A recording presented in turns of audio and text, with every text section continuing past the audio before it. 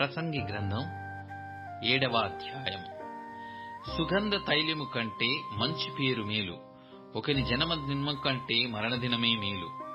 విందు జరిగించున్న ఇంటికి పోవుట కంటే ప్రలాపించుతున్న వారి ఇంటికి పోవుట మేలు.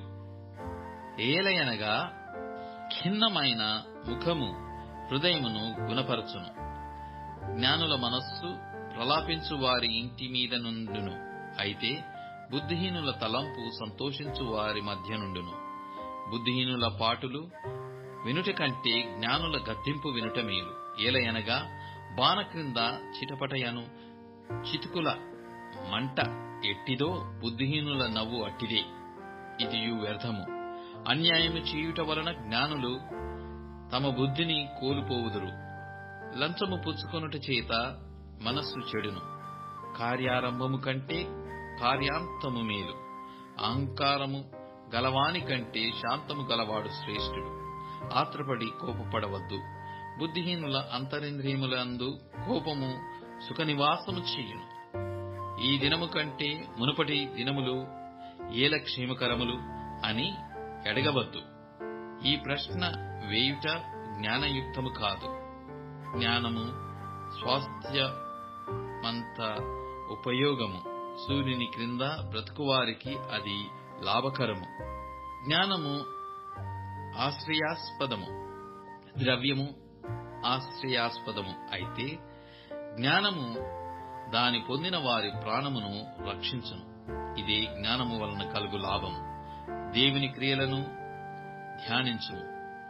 ఆయన వంకరగా చేసిన దానిని ఎవడు చక్కపరచును?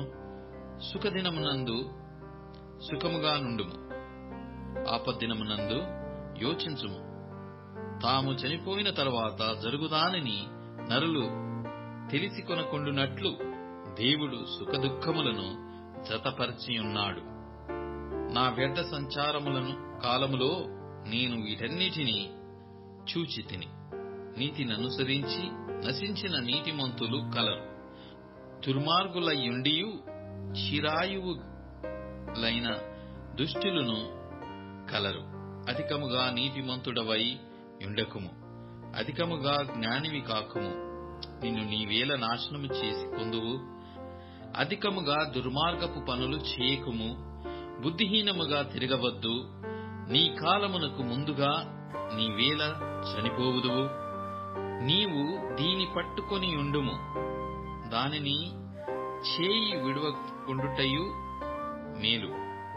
దేవుని యందు భయభక్తులు గలవాడు వాటన్నిటికిని కొనసాగించును. పట్టణమందుండు 10 మంది అధికారుల కంటే జ్ఞానము గలవానికి జ్ఞానమే ఎక్కువైన ఆధారము. పాపము చేయక మేలు చేయుచుండు నీతిమంతుడు భూమి మీద ఒకడైనను లేడు. నీ పనివాడు నిన్ను శపించుట నీకు వినబడకుండునట్లు చెప్పుడు మాటలు లక్ష్య పెట్టకుము. నీవును అనేక మారులు ఇతరులను శపించితివని నీకే తెలిసి ఉన్నది గదా. ఇది అంతయు జ్ఞానము చేత నేను శోధించి చూచితిని. జ్ఞానాభ్యాసము చేసుకొందునని నేననుకొంటిని గాని అది నాకు దూరమాయెను. సత్యమైనది దూరముగాను బహులోతుగాను ఉన్నది. దాని పరిశీలన చేయగలవాడెవడు? వివేచించుటకును పరిశోధించుటకును జ్ఞానాభ్యాసము చేయుటకై సంగతుల యొక్క హేతువులను తెలుసుకొనుటకును భక్తిహీనత బుద్ధిహీనత అనియు బుద్ధిహీనత వెరితనము అనియు గ్రహించుటకును రూఢి చేసుకొని నా మనస్సున నిలిపితిని. మరణము కంటే ఎక్కువ దుఃఖము కలిగించున్నది ఒకటి నాకు కనబడెను.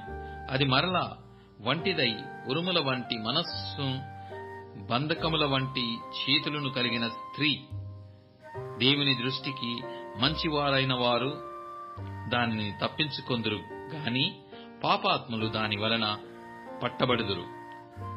సంగతుల హేతువు ఏమైనది కనుగొనుటకై నేను ఆయా కార్యములను తరచి చూడగా అది నాకు కనబడెనని ప్రసంగినైన నేను చెప్పుచున్నాను.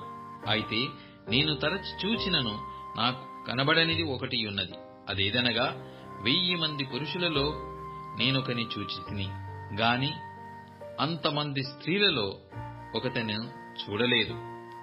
ఇది ఒకటి మాత్రము నేను కనుగొంటిని, ఏమనగా దేవుడు నరులను యథార్థవంతులనుగా పుట్టించెను గాని వారు వివిధమైన తంత్రములు కల్పించుకొని ఉన్నారు.